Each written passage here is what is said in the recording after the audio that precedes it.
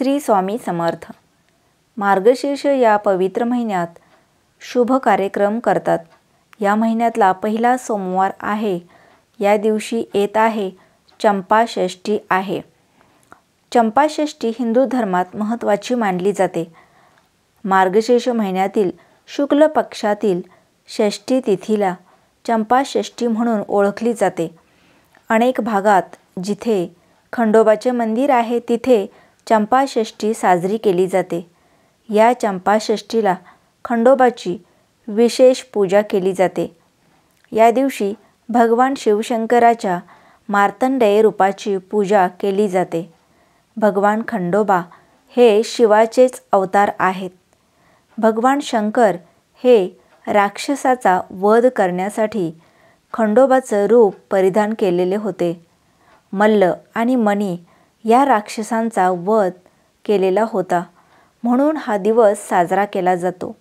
या दिवशी जर आपण श्रद्धेने व्रत केले तर त्याचबरोबर सेवा उपाय केले तर आपल्या आयुष्यातील दुःख, दोष, अडचणी दूर होतात, असंही आपल्या शास्त्रामध्ये सांगितलेलं जातं।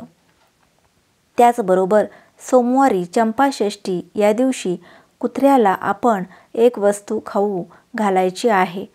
ही वस्तू खाऊ घातल्याने सर्व दुःख, अडचणी, संकटे दूर होतात।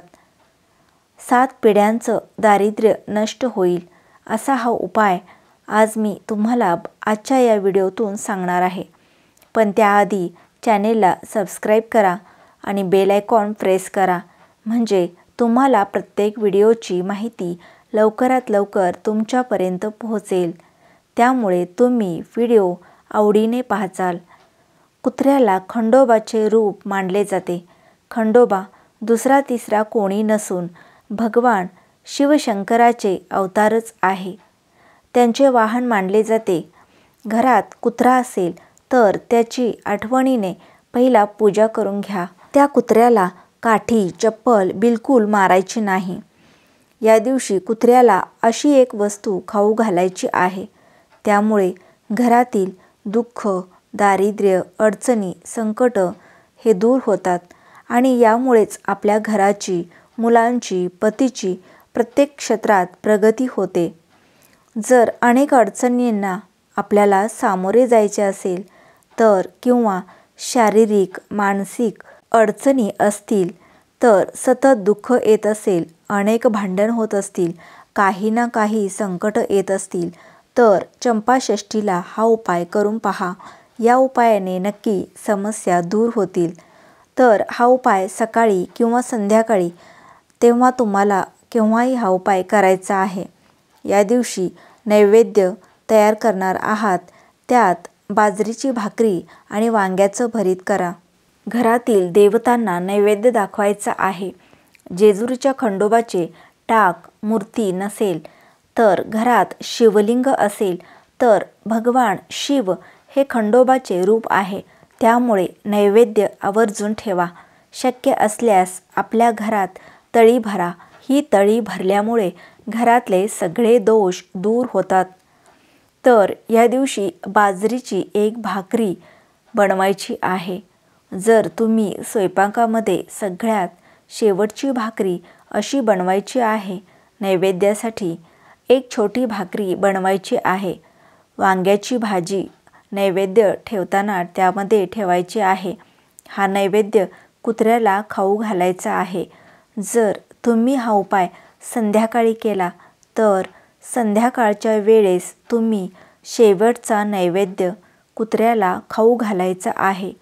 जर भाजी नसेल तर गूळ किंवा थोडा शिरा ठेवा किंवा थोडंसं दूध, तूप ठेवून ही भाकर कुत्र्याला खाऊ घालायची आहे। जर तुम्हाला कुत्र्याला भाकर खाऊ घालणे शक्य नसेल तर 5 प्रकारच्या मिठाई असतात, त्या मिठाई खाऊ घाला। तसेच आपल्या कुत्र्याला भंडारा लावा। हळदीचा भंडारा तुम्ही लावू शकता। हळदीलाच भंडारा म्हणतात। जेजुरीने आणलेला असेल तर तो भंडारा लावा। प्रत्येक घरातील व्यक्तीने तो कपाळाला भंडारा लावा, कुत्र्याला लावा आणि घरातील 4ही कोपऱ्यात हा भंडारा टाका. याचे खूप फायदे तुम्हाला दिसून येतील.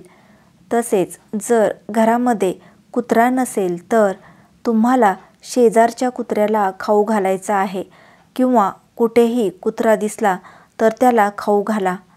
घरात कुत्रा असेल तर घरातच नैवेद्य दाखवा. जर घरी कुत्रा नसेल तर बाहेरच्या कुत्र्याला द्या. तसेच जर काळा कुत्रा दिसला तर आवर्जून काळ्या कुत्र्याला खाऊ घाला. पण जर काळा कुत्रा नसेल तर इतर कुत्र्याला खाऊ घालू शकता. आता कुत्र्याला खाऊ घालायचे तर कुत्राच हवा, पुल्लिंगीच पाहिजे. खंडोबाचं रूप आहे त्यालाच खाऊ घालायचे आहे.